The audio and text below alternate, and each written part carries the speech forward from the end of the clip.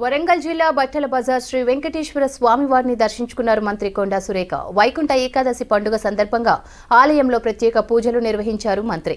కొండా సురేఖకు ఘన స్వాగతం పలికారు ఆలయ అధికారులు. స్వామివారి తీర్థ ప్రసాదాలు అందించారు ఆలయ పూజారులు. ఈ రోజు ఉత్తరద్వార దర్శనం ఏదైతే ఉందో మా నియోజకవర్గంలోనే ఈ వెంకటేశ్వర స్వామి గుళ్ళో చేసుకోవాలనేటువంటి ఆలోచనతోటి ఇక్కడికి రావడం జరిగింది. ఇక్కడ పెద్ద ఎత్తున భక్తుల సమక్షంలో దర్శనం చేసుకొని స్వామివారికి మరి దర్శనం చేసుకొని మేము కృతజ్ఞతలు తెలియజేసుకుంటూ మరి అందరికీ కూడా ఒక్కటే విజ్ఞప్తి చేస్తూ ఉన్నాను. నాకు పర్యావరణ పరిరక్షణ, ఫారెస్ట్ ప్లస్ ఎండోమెంట్ 3 రెస్పాన్సిబిలిటీస్ ఉన్నాయి.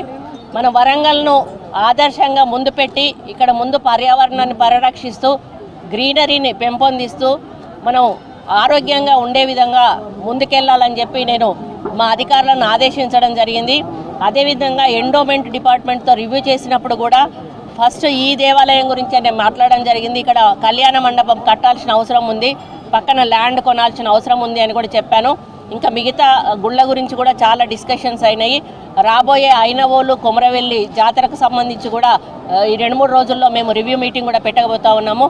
కాబట్టి ఇక నుంచి గతంలో ఏవైనా జరిగినా కూడా ఇక రాబోయే రోజుల్లో మాత్రం ఎక్కడా కూడా పార్షాలిటీ కానీ పక్షపాతం కానీ అవినీతి కానీ లేకుండా సుపరిపాలన అందించి ప్రజల ప్రభుత్వంగా ముందుకెళ్లాలనేదే మా యొక్క లక్ష్యం.